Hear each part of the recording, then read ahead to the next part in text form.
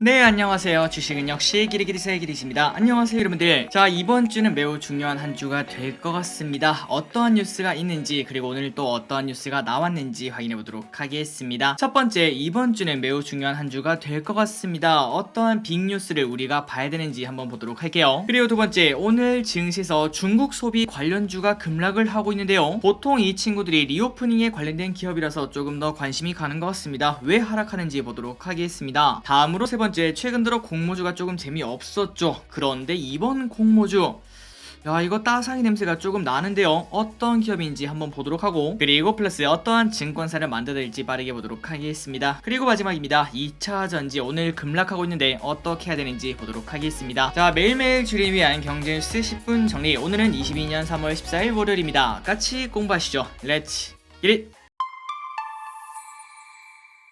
자, 들어가기 앞서 오늘은 3월 14일 화이트데이입니다. 그리고 이날은 보통은 남성분들이 여성분들에게 선물을 주는 날인데요. 물론 이 내용이 크게 상관없는 분들도 당연히 계시겠지만, 그런데 특히 유부남 기리분들 꼭 잊지 마시고 집에 갈 때 하나라도 뭐라도 사가시는 게 좋지 않을까, 이런 생각을 해봅니다. 그리고 저기리 또 뭔가를 해주긴 해줘야 되는데, 희리씨 갑자기 연락이 와서 포켓몬빵을 사오라고 하더라고요. 안 그래도 요즘 구하기가 힘든 포켓몬빵 어디서 구해야 될지 모르겠습니다. 그런데 뭐 어떡하겠습니까? 빨리 녹음 끝내고 나가서 구해봐야죠. 자, 이제 내용으로 들어가도록 하겠습니다. 그리고 들어가기 앞서 좋아요 누르시면 저 기리씨 열심히 공부하는데 매우 큰 힘이 됩니다. 정말 감사합니다. 첫 번째 뉴스를 보도록 하겠습니다. 러시아 디폴트 위기감 고조, 건설 원전주 투심 회복 기대. 이번 주 주식시장을 러시아와 우크라이나를 둘러싼 지정학적 위기와 미국 연방공개시장위원회 FMC 회의 등으로 변동성이 클 것으로 예상이 된다고 합니다. 그러나 그 와중에 원전 관련주, 그 다음에 건설주 같은 경우는 새 정부에 대한 기대감을 가지고 있기 때문에 그나마 긍정적인 영향을 주지 않을까, 이런 생각을 해볼 수 있다고 하네요. 하지만 그 와중에 나쁜 소식이 또 한 가지가 더 있는데요. 그게 뭔가 봤더니 바로 러시아의 디폴트. JP모건은 러시아가 오는 16일 만기를 앞둔 달러 채권에 대한 디폴트 선언을 할 가능성이 있다, 이렇게 말했는데요. 그렇다면 그게 얼마인가 봤더니 16일 만기인 달러 채권에 대한 이자는 1억 1,700만 달러, 약 1,400억 밖에 되지 않는다고 합니다. 그렇다면 우리가 이런 질문 당연히 할 수 있겠죠. 한이길이, 야, 러시아가 아무리 그래도 1,400억도 없어? 당연히 말도 안 된다고 볼 수 있겠죠. 러시아가 1,400억 때문에 디폴트가 되진 않을 것 같습니다. 그런데 중요한 거는 지금 현재 러시아가 달러를 많이 가지고 있긴 하지만, 그런데 그 자산이 동결되었다, 이런 소식이 나왔죠. 그러니 돈은 있는데 갚지 못하는 그러한 상황이 펼쳐진다고 생각을 해볼 수 있습니다. 과연 16일에 어떠한 뉴스가 나올지 또 우리가 지속적으로 봐야겠죠. 그래서 이번 주에는 이렇게 굵직한 뉴스 3가지가 있습니다. 지정학적 리스크, FMC, 그 다음에 디폴트, 이렇게 3가지가 있는데 과연 증권사에서는 이번 주를 어떻게 보는지 보도록 하겠습니다. 자, 한 연구원은 중장기적으로는 낙관적인 시각을 유지하되 단기에는 높은 변동성이 지속될 수 있음을 염두에 두고 대응할 필요가 있다고 말했습니다. 그러니까 이 말을 조금 풀어서 말하자면은, 장기적으로 봤을 때는 아마 여기가 저점 근처가 아니겠는가, 이런 생각은 해볼 수 있겠지만, 그런데 오늘 하루만 딱 찍어서는 오늘이 무조건 저점입니다, 이렇게 말하기는 조금 어렵다는 거겠죠. 그리고 이어 주가지수 2600포인트대에서는 꾸준한 분할 매수 전략이 유효하다, 이렇게 판단을 한다고 합니다. 그러니까 한 문장으로 말하면 지금이 아마도 발끝은 아니겠지만 무릎 정도는 최소한 되지 않겠나, 이런 생각은 해볼 수 있다는 거네요. 한번 기대분들 여러 시각을 참고한 다음에 한번 여러분들의 결정을 내려보시기 바랍니다.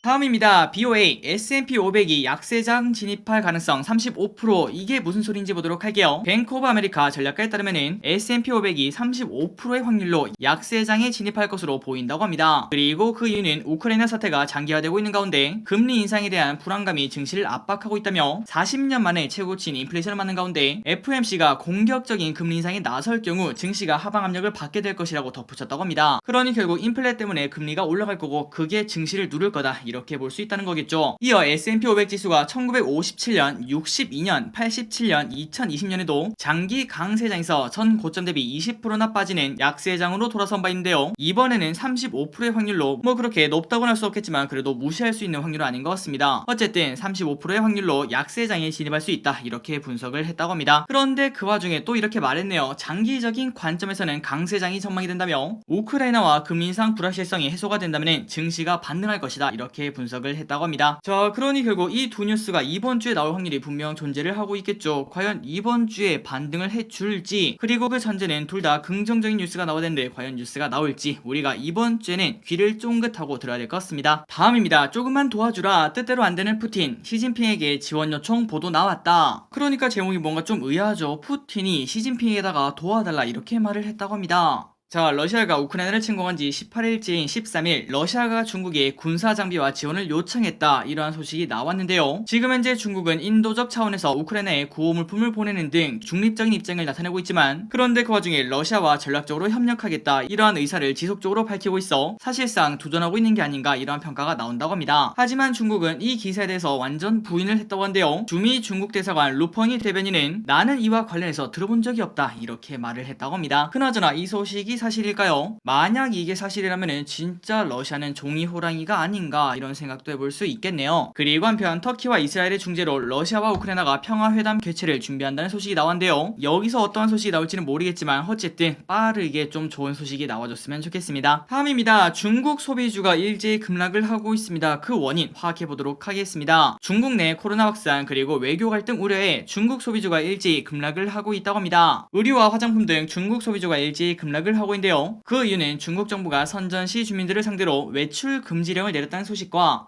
우크라이나 사태로 인한 외교적 갈등 우려 때문에 이렇게 나타나고 있다고 합니다. 그리고 플러스 그 와중에는 우리나라 정부가 바뀌었는데 아직까지 모든 게 정확하게 밝혀진 바는 없겠지만 사드 추가 배치 등 중국이랑 사이가 조금 나빠질 만한 그런 환경이 만들어지는 거 아닌가 이런 걱정이 나온다고 합니다. 그러다 보니까 중국 소비주가 또 하락할 수밖에 없었겠죠. 그래서 어떤 기업이 얼마나 하락하는가 봤더니 좀 많이 하락하고 있네요. LG생건 마이너스 5% 하락. 그래서 결국 52주 신저가를 다시 경신했으며 같은 시각 아모레퍼시픽도 7.4% 떨어졌고 중국 매출이 큰 FNF도 7.7%나 하락을 하고 있다고 합니다. 다만 증권가에서는 중국 화장품 시장의 성장 잠재력은 여전하다며 한국투자증권연구원은 이렇게 말했습니다. 중국의 소비의 둔화, 그 다음에 코로나19의 재확산, 중국 내 한국 화장품의 브랜드 파워 하락 우려에 따라 최근 한국 화장품주의 주가 회복이 부진한데요. 그런데 그 와중에 여전히 한국 화장품 브랜드 기업에게는 중국은 기회 따이며 코로나19 재확산과 지정학적 리스크 등 매크로 불확실성을 제외하면 추가적 악재는 제한적인 상황이기 때문에 아직도 성장 잠재력은 분명 존재를 한다 이렇게 말을 하고 있습니다. 자, 그렇기 때문에 우리가 만약 여기에 동의한다면 최근 들어 리오프닝 때문에 화장품 관련주가 좀 많이 오르다가 살짝 꺾이고 있는데요. 이때가 또 줍줍의 기회가 될 수도 있겠죠. 이런 부분은 한번 고민을 해봐야 될 것 같습니다. 자, 다음입니다. 오랜만에 대여급 공모주가 오고 있습니다. 상장 앞둔 보로노이 몸값 2조 평가받은 까닭은 오는 30일 상장 예정인 글로벌 약물 설계 전문기업 보로노이가 2조 원에 육박하는 기업 가치를 평가를 받았다는 소식에 엄청나게 뜨겁다고 합니다. 그리고 참고로 주관사는 한국투자증권 그 다음에 미래세증권이라고 하니까 만약에 여기를 청약한다면 미리 이 두 개 만들 필요가 있겠죠. 앞서 보로노이는 지난 2019년 하버드 다나파버 암센터로부터 1조 2천억의 평가로 현물 출자를 받은 바 있다고 합니다. 그리고 플러스 이번에 하나금융투자에서는 보로노이의 파이프라인 11개 가운데 암의 원인이 유전적으로 규명되어 있는 암, 이 분야의 파이프라인 2개 가치를 1조 9,240억 원으로 추산을 한다고 합니다. 자, 기름분들 알고 계실 거라고 생각합니다. 저 기획 같은 경우는 바이오주엔에 투자를 하지 않는 편인데요. 그 이유는 정말 심플합니다. 진짜 모르니까요. 그런데 그 와중에 주식시장에 몸을 담고 있다 보니까 항상 보면서 느낀 게 있는데 바이오는 다 같은 바이오가 아니다. 그리고 그 안에서는 암에 관련된 바이오 관련주가 진짜 탄력적으로 움직이는 걸 몇 번 보긴 했습니다. 그런데 정말 오랜만에 보로노이라는 기업이 암에 관련된 파이프라인을 가지고 있다고 하니까 조금은 흥미가 간다 이런 생각을 해볼 수 있겠죠. 그리고 플러스 하나금융투자에서도 이 파이프라인 2개 가치를 무려 2조 원에 가깝게 추산을 한다고 합니다. 자, 그렇다면 지금 현재 보로노이의 가격이 가장 중요하겠죠. 얼마인지 딱 봤더니 하나금투 보고서에서 평가한 2개의 파이프라인 가치를 주당 가격으로 환산하면 약 14만 5천 원이 된다고 하는데요. 이는 보로노이의 희망 공모가 범위 5만 원에서 6만 5천 원, 여기에 대비 약 2배에서 3배 정도 높은 수준이라고 합니다. 그러니까 만약에 하나금투의 말이 맞다면은 오랜만에 대여급 기업이 상장을 해서 그리고 따상에 성공을 할 수도 있겠다 이런 생각을 해볼 수 있겠죠. 그리고 만약에 공모가 상당 기준 따상에 성공한다면은 한 주당 10만 원에 가까운 수익도 거둘 수 있지 않을까 이런 생각은 해볼 수 있겠네요. 자, 그러니 기분들 보로노이 충분히 관심 있게 볼 필요가 있다고 생각합니다. 지속적으로 팔로우 해보도록 할게요. 자, 이어서 공모주에 관련된 뉴스 말해보도록 하겠습니다. 주말에 우리가 미리 공부를 해봤죠. 플러스 사이즈 여성 패션 vs 전기차 디스플레이 부품 관련주. 이번 주 시장에서는 플러스 사이즈 여성 의류 전문기업 공구우먼과 전기차 디스플레이 부품기업 세안 메카닉스가 IPO를 진행한다고 합니다. 공구우먼이 어떤 기업인지 딱 세 줄로 보자면은 플러스 사이즈 여성 패션업계 1세대 기업이라고 하는데요. 효율적인 광고비 집행과 오퍼레이팅 능력을 기반으로 영업이익률은 2010년 16.5%에서 지난해 20%를 기록하는 등 매년 높은 실적 성장세를 보이고 있는 좋은 기업이라고 볼 수 있습니다. 그리고 공구먼은 오늘부터 내일까지 일반 공모를 진행하며 중에서 대표 주관사는 미래에셋증권인데요. 그런데 조금 아쉽게도 기관수 예측이 매우 나쁘게 나왔죠. 그렇기 때문에 많은 사람들이 패스를 할 것 같은데요. 그런데 그 와중에서도 공모가를 대폭 낮췄기 때문에 또 매력이 조금은 생기지 않았나 이런 생각도 동시에 볼 수 있을 것 같습니다. 한번 기분들 고민해 보시면 좋을 것 같습니다. 그리고 다음입니다. 세안 메카닉스는 알루미늄 다이캐스팅 전문기업이라고 한데요. 자동차 부품과 전자 부품을 주력 제품으로 생산을 한다고 합니다. 작년 3분기까지 누적 매출액은 전년 동기 대비 29% 증가한 788억 원, 그리고 영업이익은 4% 오른 50억을 기록. 그리고 이 기업 세안 메카닉스는 15, 16일 내일부터 수요일까지 이틀간 일반 공모를 진행하며 대표 주관사는 신한금융투자라고 합니다. 다음입니다. 돌아온 포켓몬빵. 저 길이 초등학교 때 먹었던 기억이 있습니다. 그런데 이 제품이 다시 출시가 되었는데 품절 대란을 겪고 있다고 하네요. 그렇다면 이거를 누가 사 먹는가, 애들이 먹는가 봤더니 2030이 열광을 하고 있다고 합니다. 16년 만에 재출시된 포켓몬빵. 진짜 세월이 많이 흘렀네요. 저 기릿의 나이가 나오는 것 같습니다. 그런데 2주 동안 무려 350만 개가 팔릴 정도로 인기를 얻고 있다고 한데요. 그런데 정말 특이하게도 구매자들 대부분이 10대가 아닌 2030으로 과거의 스티커 띠뿌띠뿌씨를 모든 걸 추억하면서 빵을 대량으로 사재기를 하는 것도 나타나고 있다고 합니다. 그렇다면 2030 세대가 갑자기 이렇게 빵을 사는 이유가 뭔가, 그 스티커가 왜 필요한가 봤더니 아마도 큰 고민 없던 어린 시절을 회상하면서 현재 고통을 잠시 잊는 게 이들의 힐링 방식이 아니겠는가, 이러한 분석이 나오고 있다고 합니다. 그래서 그런 것들을 자극하는 게 바로 복고 레트로 마케팅이라고 볼 수 있겠죠. 그런데 열기가 생각보다 너무나 크기 때문에 비싸게 유통하는 사이트가 생기고 있으며 웃돈을 주고 구매하는 그러한 경우도 나타나고 있다고 합니다. 참고로 빵은 개당 1,500원인데 6,900원에 팔기도 하며 띠뿌띠뿌실, 그러니까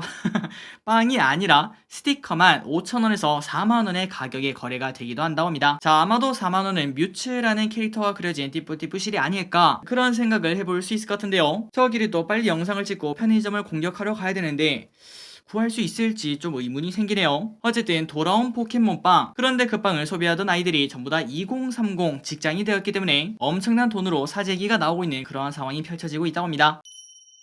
자, 그렇다면 우리 같은 주식쟁이들은 어떤 생각을 해야 될까요? 야, 포켓몬빵 맛있겠다, 나도 이제 고스빵 먹어야지, 이런 생각이 맞을까요? 아니면은 야, 포켓몬빵 어디서 만드냐, 이런 생각이 맞을까요? 일단 오늘까지 봤을 때 결과는 후자가 맞다는 걸 우리가 확인할 수 있네요. SPC 삼립 포켓몬빵 돌풍의 5%대 상승. 자, 오늘 오전 SPC 삼립은 전 거래일보다 5.3%나 올랐습니다. 그리고 그 이유는 방금 전에 봤던 그거 맞습니다. 포켓몬빵 때문이죠. 일주일 만에 무려 150만 개를 판매를 했으며 SPC 삼립 베이커리 신제품의 동일기간 평균 판매량보다 6배 이상 많은 상황이라고 합니다. 그러니까 소위 말해 대박이라는 소리겠죠. 그리고 참고로 SPC 삼립은 올해 실적 성장이 지속할 전망이라고 하는데요. 앞으로 주가 추이나 실적 전망치 상향 여부는 포켓몬빵 열풍이 얼마나 이어질 것인가, 이게 바로 관건이 될 전망이라고 합니다. 다음입니다. 2차 전지 관련주가 급락을 하고 있습니다. LG엔솔, 삼성, SDI 연일 폭락. 2차 전지주 바닥은 어디? 관련 내용을 빠르게 보도록 하겠습니다. 2차 전지주가 연일 폭락 중이며, 그리고 특히 오늘이 좀 심합니다. 그 이유가 뭔가 봤더니 러시아와 우크라이나 간 전쟁으로 니켈, 리튬, 알루미늄 등 원자재 가격이 엄청나게 오르고 있기 때문인데요. 이렇게 원자재 가격이 올라오면 당연히 이거를 사용해서 뭔가를 만드는 기업들은 비용 부담이 엄청나게 커진다고 생각을 해볼 수 있습니다. 자, 그렇다면 이 원료들은 2차 전지 양극재의 원료로 얼마나 들어갈까요? 생각보다 정말 많은 비중이 들어가는 걸 확인할 수 있습니다. 총 원가에서 이 원료들은 양극재는 약 24%의 비중을 차지하기 때문에 비용 부담이 클 수밖에 없는 상황이라고 합니다. 그렇기 때문에 주가가 연일 하락할 수밖에 없다는 거겠죠. 참고로 니켈 선물 가격은 이틀간 250% 폭등한 바 있으며, 그리고 알루미늄 선물 가격 역시 연초 이후 23%나 올랐고 리튬 가격도 76%나 오르고 있다고 합니다. 하지만 이런 시각은 동시에 나오고 있습니다. 현재 우려는 과도하다. 주가 하락을 매수 기회로 충분히 삼을 수 있을 것이다. 특히 4월 실적 시즌을 통해서 배터리 서플라이 체인의 수익성을 확인하는 과정에서 광물 자원 가격 상승에 따른 수익성 악화 우려가 해소될 수 있을 것이다. 이러한 시각도 존재를 한다고 합니다. 자, 그러니 결국 이 주가 하락이 그냥 일회성 요인 때문에 빠지는 건지, 아니면은 추세적으로 실적이 나빠질 거기 때문에 빠지는 건지, 그런 것들을 판단을 해봐야 된다고 볼 수 있겠죠. 만약에 이 원자재 가격 상승이 이제 좀 멈출 것 같다, 이렇게 생각하신다면은 지금은 바로 줍줍의 타이밍이 아니겠는가, 이런 생각도 충분히 해볼 수 있을 것 같습니다. 하지만 길분들이 아시다시피 지금 현재는 떨어지는 칼날이기 때문에 일단은 지금 당장 사는 것보다는 조금 버티는 게 좋다고 볼 수 있겠죠. 자, 그나저나 진짜 힘든 장입니다. 빨리 좀 좋아져서 야, 주식이 왜 이렇게 오르냐, 안 샀는데 이렇게 오르면 어떡하냐, 이런 말이 꼭 나왔으면 좋겠습니다. 다음입니다. 오늘은 준비한 뉴스 뉴스가 조금 있네요. 이제부터는 진짜 빠르게 보고 넘어가도록 하겠습니다. 광주 하정동 붕괴 사고 원인은 무단 구조 변경으로 나왔다고 하네요. 총체적 부실 시공이라는 결과가 나왔다고 합니다. 정부 조사 결과 지난 1월 11일 광주 하정동 아파트 신축 공사 주요 사고 원인은 무단 구조 변경으로 확인이 되었다고 합니다. 그래서 어떤 것들이 문제였나 봤더니 일단 시공 방법, 그리고 지지 방식을 당초 설계도서와 다르게 임의로 변경을 했다고 하고요. 또한 콘크리트 강도가 부족해 철근과 부착자를 유발했으며, 마지막으로 이를 확인하고 관리를 해야 될 관리자가 업무를 제대로 이행하지 않아 이러한 사고가 일어났다, 이렇게 평가를 내렸다고 합니다. 그러니까 총체적 부실 시공이다, 이렇게 볼 수 있겠죠. 자, 앞으로는 이런 일이 절대 일어나서는 안 될 거라고 생각합니다. 다음입니다. 한전적자 쌓이는데 과연 전기요금 동결 공약 이행을 할 수 있을까? 문재인 정부는 지난해 12월 말 전기요금 10.6% 인상을 발표했으며 4월, 10월 두 차례 나눠 이뤄질 예정이었다고 합니다. 그런데 그 와중에 윤석열 제20대 대통령 당선인이 전기요금 동결을 공약한 바 있다고 하는데요. 그런데도 불구하고 요금 인상은 이뤄질 수밖에 없을 것이라는 전망이 나온다고 합니다. 그 이유는 아마도 기름들 알고 계실 거라고 생각합니다. 한전의 영업 손실이 5조 원대를 기록하고 있으며 올해는 더 확대될 수밖에 없기 때문에 동결은 실질적으로 불가하며, 어차피 동결을 해봤자 거기서 쌓이는 적자는 결국 국민들의 부담으로 이어질 가능성이 매우 높다고 합니다. 그래서 결국은 과연 이 공약을 지킬 수 있을까 없을까, 여기에 사람들의 관심이 모이고 있다고 합니다. 다음입니다. 개미 접근성 높여라. 코스피 연이은 주식 쪼개기. 13일 금융감독원 전자공시에 따르면 올해 주식 분할 결정 공시기업은 코스피 8개, 코스닥 1개 기업이 있다고 합니다. 물론 액면 분할 자체는 기업 가치에는 영향을 전혀 주진 않으나 주당 가격을 낮춰 소액 주주의 접근성을 높인다고 볼 수 있겠죠. 예를 들자면 100만원짜리 삼성전자가 있는데 이거를 살 수 있는 사람은 그렇게 많지 않을 것 같습니다. 그런데 그 주식을 100분의 1로 나눠서 만원짜리로 바꾸면은 많은 사람들이 살 수 있다고 볼 수 있을 것 같고, 그 말은 매수세가 몰리는 거기 때문에 주가가 올라가겠구나, 이러한 생각은 해볼 수 있다는 거겠죠. 그렇다면 액면 분할 기업이 뭐가 있는지 보도록 하겠습니다. 신영 와코르, 기아이동일, FNF, 아세아시멘트, 한미반도체, 광주신세계, 신세계인터내셔널, 신세계 INC 등 이러한 기업들이 액면 분할을 한다고 하고요. 그리고 통상 액면 분할은 문턱을 낮춘다는 점에서 호재로 작용을 하며, 참고로 카카오는 액면 분할 후 3개월 동안 40%나 상승한 바 있으며 휠러홀딩스는 20%나 상승한 바 있다고 합니다. 그런데 그 반면 삼성전자나 네이버 같은 경우는 액면 분할 후에 주가가 하락한 경우가 있었으니까 이 부분 또한 당연히 참고만 해야 된다고 생각을 해볼 수 있겠죠.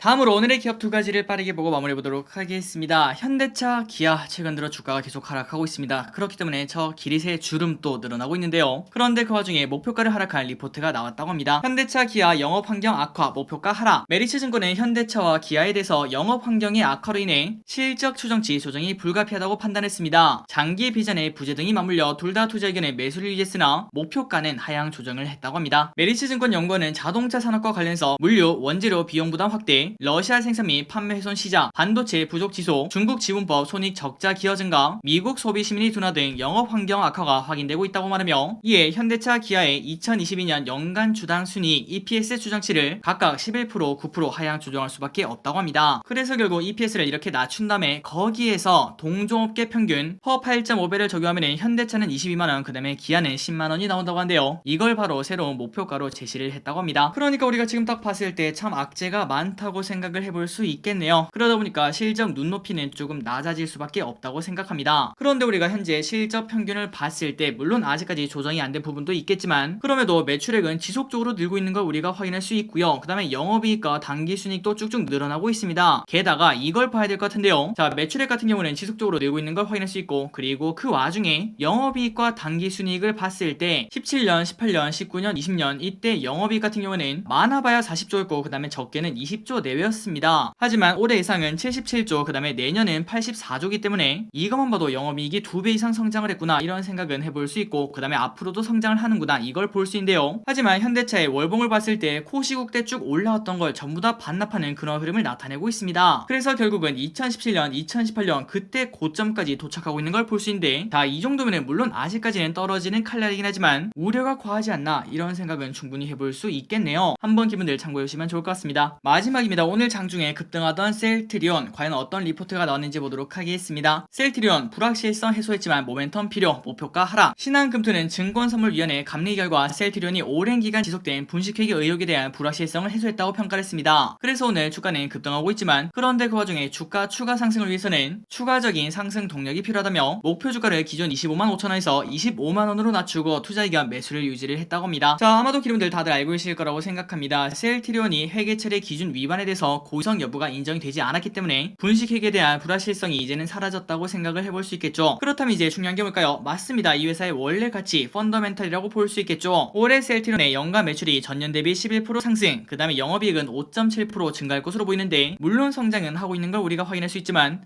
바이오 치고는 조금 성장세가 약하지 않나, 이런 생각도 조금은 해볼 수 있을 것 같습니다. 그렇기 때문에 추가적인 상승을 위해서는 일단 본업에서의 모멘텀 확보가 필요하다, 이러한 평가를 내린다고 합니다. 셀트리온의 실적을 보도록 하겠습니다. 지속적으로 성장하는 걸 볼 수 있고요. 그런데 가면 갈수록 성장률은 조금은 떨어지는 걸 우리도 같이 체크를 할 수 있습니다. 그러다 보니까 셀트리온의 월봉을 봤을 때 쭉 올라갔다가 떨어졌다가 쭉 올라갔다가 떨어졌다가 이런 흐름을 나타내고 있는데, 어쨌든 지속적으로 성장을 하고 있는 기업이기 때문에 아마도 월봉 상승 추세는 깨지 않지 않을까, 이런 생각은 해볼 수 있습니다. 한번 기분들 셀트리온 추가적인 모멘텀이 생길 수 있는지 그런 것들을 확인해 보시면 좋을 것 같습니다. 자, 오늘의 경제뉴스 여기까지 끝났습니다. 항상 이렇게 같이 공부해주셔서 진심으로 감사합니다. 지금까지 키리셨습니다. 빠이요.